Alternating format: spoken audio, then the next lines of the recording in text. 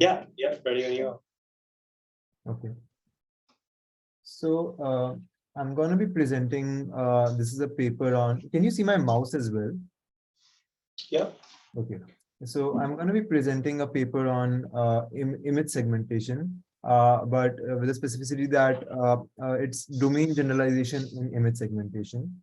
So just for the primer, what is the task for image segmentation? So you have been given a picture, and there are different kind of objects. For example, there might be a vehicle, there might be roads, some vegetation, people.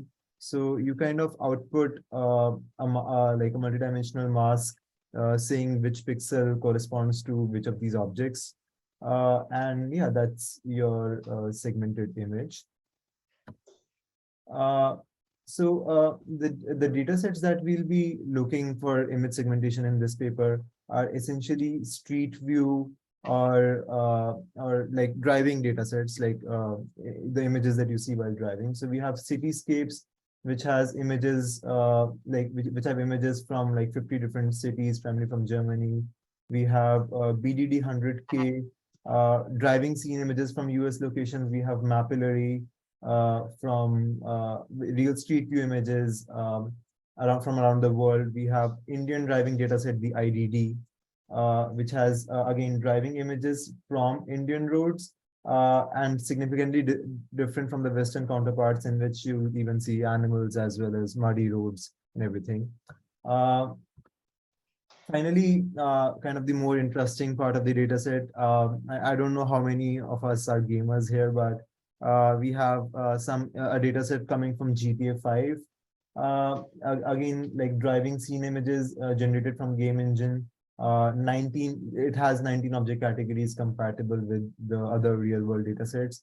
As well as we have Cynthia, again, both of these are synthetic data sets, of course. So we have Cynthia, where we simulate different seasons, weather, and illumination conditions, and yeah, similar like scenery, landscape, images like that. Uh, Diving into the motivation for this paper, so often models that are trained with a given data set, the source data set, they don't generalize well if the target data set is different or the target domain is different. For example, you have the model is trained on the maybe let's say US landscapes or US driving scenes, then the model won't perform very well in the segmentation task if you bring it to a different country, let's say India or any other country. Also, it's crucial to deal with unexpected and unseen data, especially in domains like medical diagnosing as well as autonomous driving, of course. We can't predict everything beforehand, so it's important to deal with unseen data. And collecting data from every domain, of course, is impractical. Uh, to target this task, I mean, the paper kind of tries to mimic what humans do while we are trying to segment or like when we see anything, any scene or scenario. So we kind of have reusable concepts in our memory. So we understand what a car looks like, what a road looks like, what a tree looks like. We understand these things, and when we see a new image, or when we see a new image or new scenery, we are able to identify, okay, that this is a car from our knowledge about the car itself. So traditionally, what like the image segmenting models would do is that they would uh, try to learn from the whole image and not try to learn the individual concepts or individual parts that are there in an image. But this paper kind of tries to do that. So yeah, so this is like if I were to kind of summarize the approach that the paper follows in very layman terms, it would be store memory representations for each of the end target classes that you want to segment into. You adapt your memory representations such that they are domain independent, such that they are more conceptual rather than being overfitted to a certain domain. And finally, you guide your, so like image segmentation can again be thought of as an encoder decoder model, where you first encode the image and then you decode the encoded output.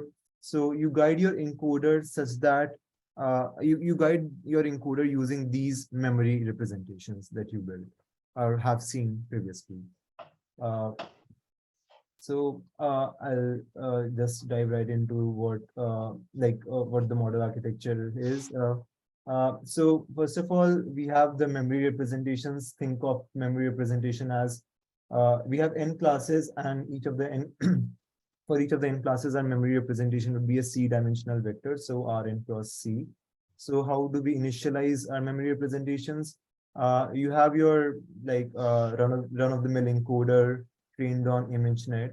Uh, you encode your image, so it's you also resize it into a smaller image, so it's h dash cross w dash and with c channels, and you take a mass averaging. And what I mean by mass averaging here is that, so for like if you want to get the uh, memory representation for a particular class small n, then you see what all feature vectors are, what all feature vectors are corresponding to that class in the encoded output, and you take an average of the encoded output for all those pixels. So each of the pixel has a c-dimensional vector corresponding to its in the encoded output, and you take an average of all such encoded representations corresponding to a particular class, and that's how you initialize your memory module. Please feel free, like either during the presentation or afterwards, to yeah, come up with any questions. Uh, uh, so this is how you initialize your memory module. How do you update your memory module?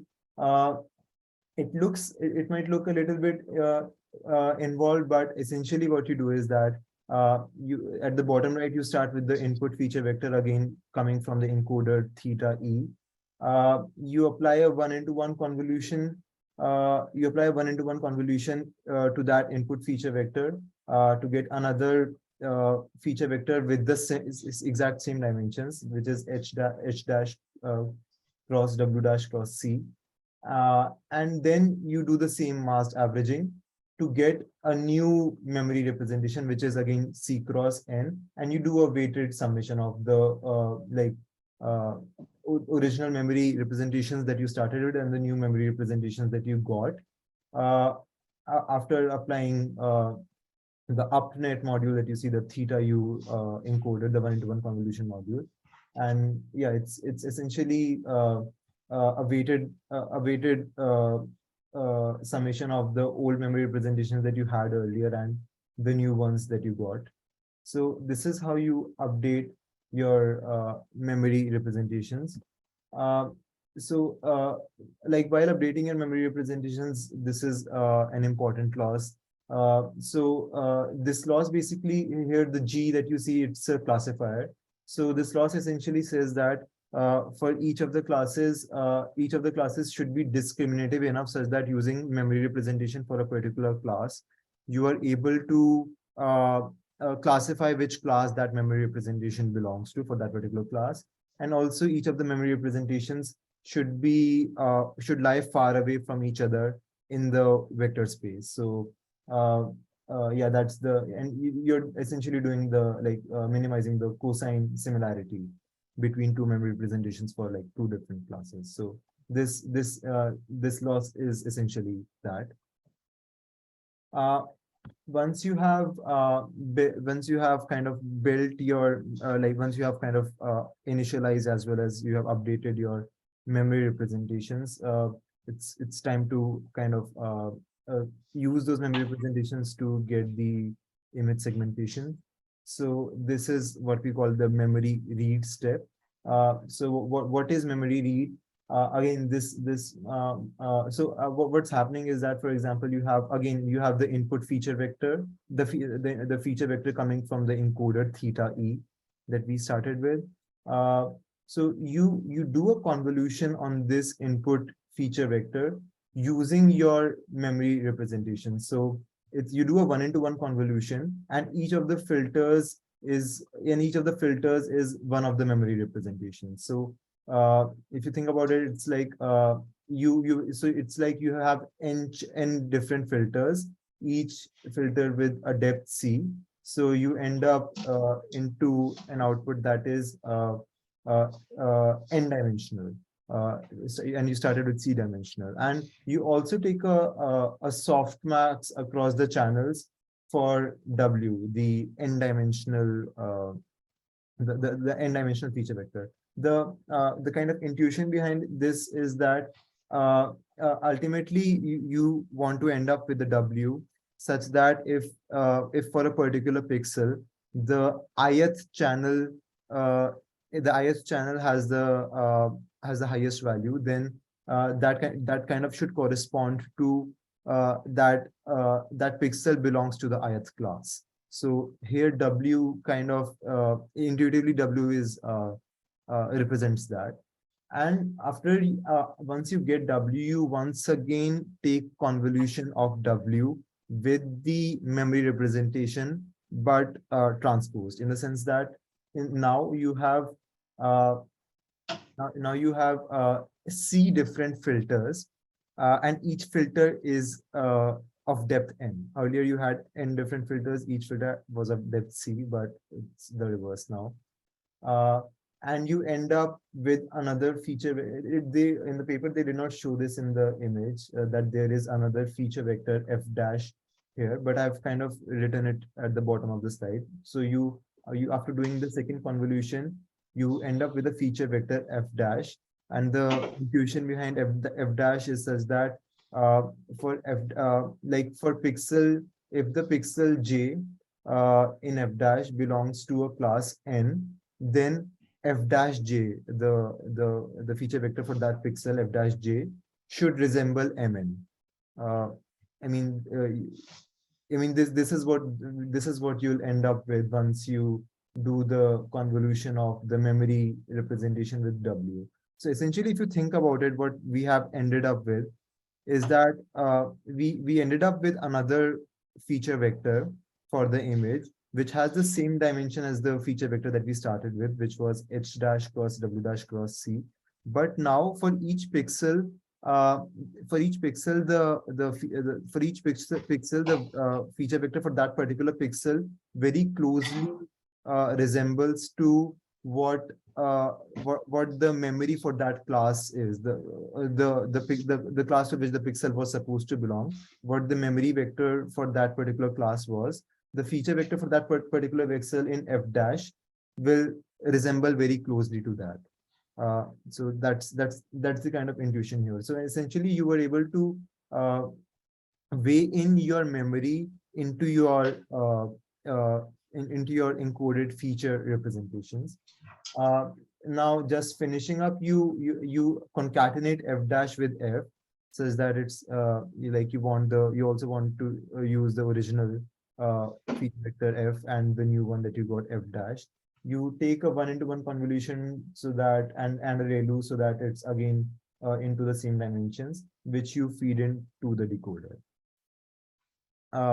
So yeah, I mean, essentially what the crux of this whole process was that your final feature representation for the image will be very highly, not very highly, but will be weighed by the memory representations for classes that you have seen earlier.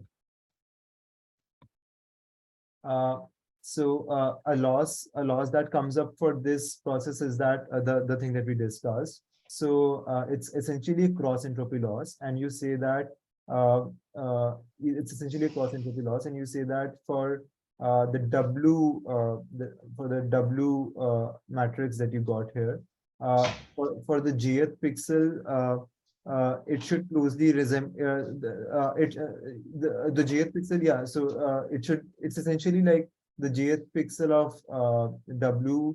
Uh, uh, yeah, it's like for the jth pixel in W, it should closely represent to what class the jth pixel belongs to. It's essentially a cross entropy loss.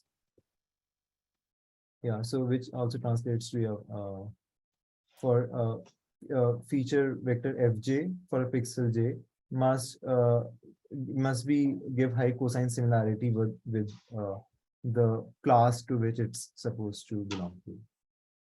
Uh,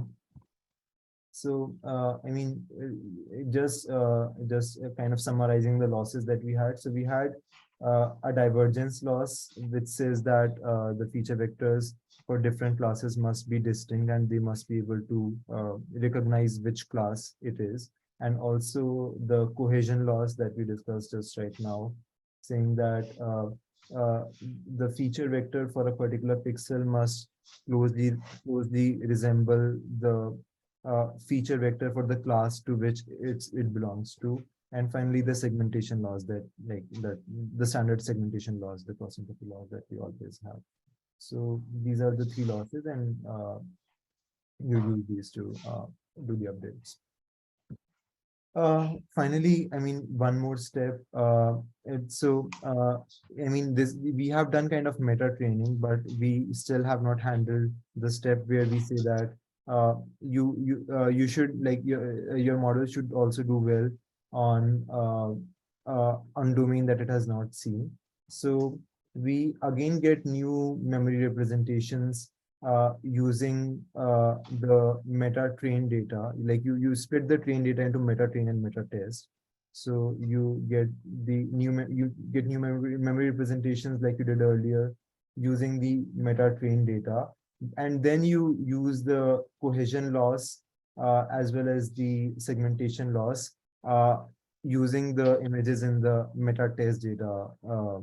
That is the set of images that you did not use to update your memory. So this essentially says that your memory is robust enough so that it also does well when exposed to domains that you have not seen earlier.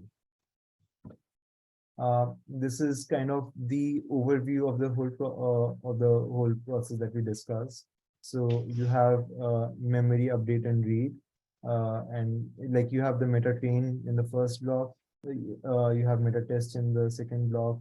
In the top, you can see that we split our data into meta train and meta test, and then we train our memory representations using meta train, and we test the robustness of generating good memory representations using our meta test data. That's what's kind of happening here. I mean, this is kind of the crux of the whole process that they follow, and this is kind of very natural in the sense that they have kind of replicated something very similar to what we do. We remember memory representations. We keep updating those memory representations based on our experiences, and we weigh each new situation using the memory representations that we had earlier of discrete objects. So they have kind of discretized the memory that the model has. Just a refresher on the evaluation metric that we use here. It's IOU, intersection over union, true positive upon true positive plus false positive plus false negative. Next slide contains of some results. I mean, here at the bottom in the caption of the table, you can see that the training was done, for example, G plus S means the training was done on GTA dataset plus the Cynthia dataset, and the testing was done on BDD 100K, Cityscape, and Mallory, I think was the name. Yeah, so testing was done on these datasets. It's kind of unanimous. The results by the paper are kind of unanimously good for each of the classes, and of course, like mean IOU is also like quite a lot better than other approaches for this data set for this model. These are some kind of qualitative results. So you have the input. So by the way, so here if you see plus on any of the approaches, so those approaches correspond to other domain generalization papers, but if the plus is not there, then that's not a domain generalization. That's very I mean that's the standard image segmentation, not with any concern of domain generalization. In this year, so as I said, that these are some qualitative results. yeah, I mean, and it's quite the result that the paper presents are quite visibly better than others. And the table that you see at the bottom, it's kind of interesting to look at because the other model that are being compared against, these are UDA methods, that is unsupervised domain adaptation. In unsupervised domain adaptation methods, while the model does not know about the new domain that it's gonna see, you still give unlabeled data from the new domain, so that model is able to generalize well to that. But that's not a very practical assumption because you won't always know if there's going to be a new domain that you're going to see, and this paper kind of doesn't take that into consideration, that we don't feed model any images from the new domain, the unknown domain that it's gonna witness at the test time. So that's kind of a big difference, and still it does well compared to most of the models, I'll say, yeah, except CLSS. I'm not very sure that like why CLSS does not have results on BDD 100K. But yeah, for most of the other models, it does quite a lot better. Uh, yeah. So that's kind of yeah, these are some of the references, essentially the paper and the data sets. And yeah, that's it. Thank you so much. That's I'm happy to take any questions. Pranav, should I stop recording now? Yes, go for it. Thanks, Aman.